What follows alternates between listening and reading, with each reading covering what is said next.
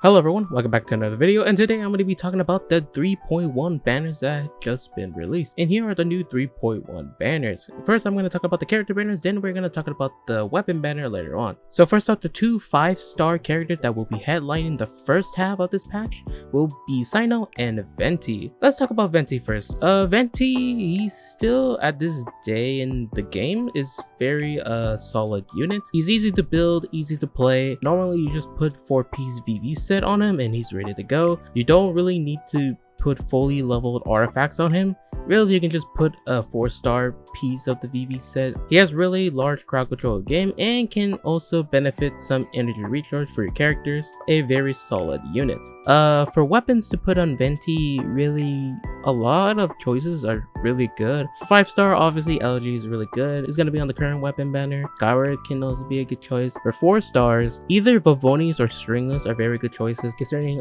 Stringless gives you Elemental Mastery and increases your skill and burst damage, but mainly Vavonis because it gives you ER for not only Venti but also your other characters as well. And now moving on to Cyno. Cyno, by the looks of his kit and his abilities that was shown to us and what we know of now, he is a Elemental Mastery scaling character. He's gonna be a character that's gonna be benefiting from Elemental Mastery, which is good considering considering the introduction of Dendro has been towards the Electro element. He is gonna deal very good damage in terms of Quicken and Aggravate. However, currently in the game we don't really have good Dendro characters to consistently solidify that damage in order to make it really good as a meta team. However, I think by the looks of his kit, he is gonna be a solid unit. Not great, not bad, but a good unit overall. So the build that you would want to put on Cyno is either 1 Thunder Fury because of the aggravate damage and his elemental skill being proc consistently,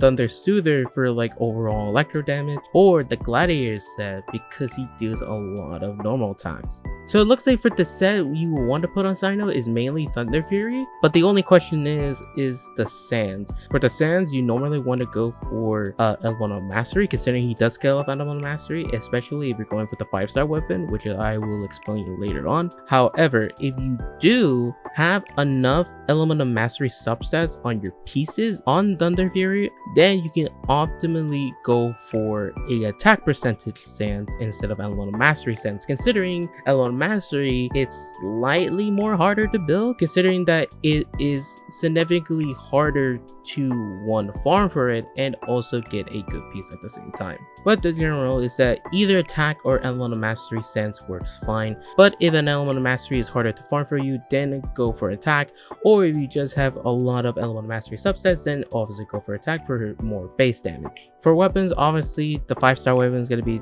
obviously his best in slot, considering that you get bonus attack based on your Elemental Mastery and you get a lot of crit rate, which is the best crit rate polearm 5-star weapon that is in the game. So it is a very good weapon overall. Other than that, for other good polearms, Jade Wing Spear would also be a good option for him. Savahoa may also as well just for the crit damage. But when considering the 4-star weapons, I think there's not that much of a variety. Normally Deathmatch will be the best 4-star weapon out of the whole pile, but for free-to-play players, definitely the Contain Cross Spear, the Inazuma craftable weapon would definitely be the best free-to-play option for him, generally because of the Elemental Mastery and for the energy buff that you do get from his passive. However, there is a weapon that I think is important for you to know if you are considering rolling and building Cyno. This weapon could be the best free-to-play technically, and that is the White Tassel. The White Tassel is a crit rate substat weapon with the passive increasing normal attack damage by 24%. And if you have this 3-star weapon at Refine 5, it increases normal attack damage by 48%. This can be considered the best free-to-play option, mainly because of what it's giving you. It's giving you crit rate, which is what you need, considering he does attack fast and you normally want a lot of your hits to crit. Not only get more damage out of your base, but mainly aggravate damage. But the only problem is that White Tassel is not a gacha weapon. It is a exploration weapon, and it can only be claimed in leeway chests. So if you're seeing this now and you don't have a White Tassel because you either fought them or you just didn't want it, save your White Tassels for now. If you don't have one, see if there's any more leeway chests that you can find, especially in the chasm, because chasm counts as leeway chests. Just save them in case you want to give this for your cyno. If you're not gonna roll for cyno, then that's totally fine, but if you do, definitely keep this. And now moving on to the 4-star characters, which will be Shinobu, Candice, and Sayu. I think this 4-star lineup is kind of disappointing, mainly because 2 of them we already know and they're not really that great. Shinobu, even though she is good in proccing the Bloom Seed when Bloom and Hydro come together, however, I don't think that's enough to justify Shinobu as a buildable character. She can heal, but overall, I don't think there's really much of her kit to justify other than like building a Beidou or official. Sayu, honestly, not really that much of a great choice compared to the other Anemo supports, like Sucrose especially. She doesn't really have crowd control, which is what Anemo is known for, and she can heal, I guess, and apply Anemo, but that's not really the main thing you want from Anemo. Candice, however, is a very interesting character. Not only does her burst have a hydro infusion mechanic, she does seem to be a character that is somewhat easy to build, but at the same time, it kind of depends on how you want to build her. You mainly want to build her as a hyper tank buffer, then you're normally going to want mainly build HP on her with either 4-piece noblesse or a mix of a 2-piece, whichever ones you find interesting, like ER elemental damage or burst damage. But the thing that's so weird is that because her burst has a hydro infusion mechanic, kind of similar to like C6 Bennett, but this is on her burst, it kind of questions like which characters really want this. I don't think there's a character that really benefits from it other than a character that wants to apply hydro with their normal attacks and then deal like elemental reaction damage on their E or burst. There's not really one character that I can think of that could benefit this the most, unless it's just a hydro character that can deal normal attacks, maybe like Ayato, maybe Nilu.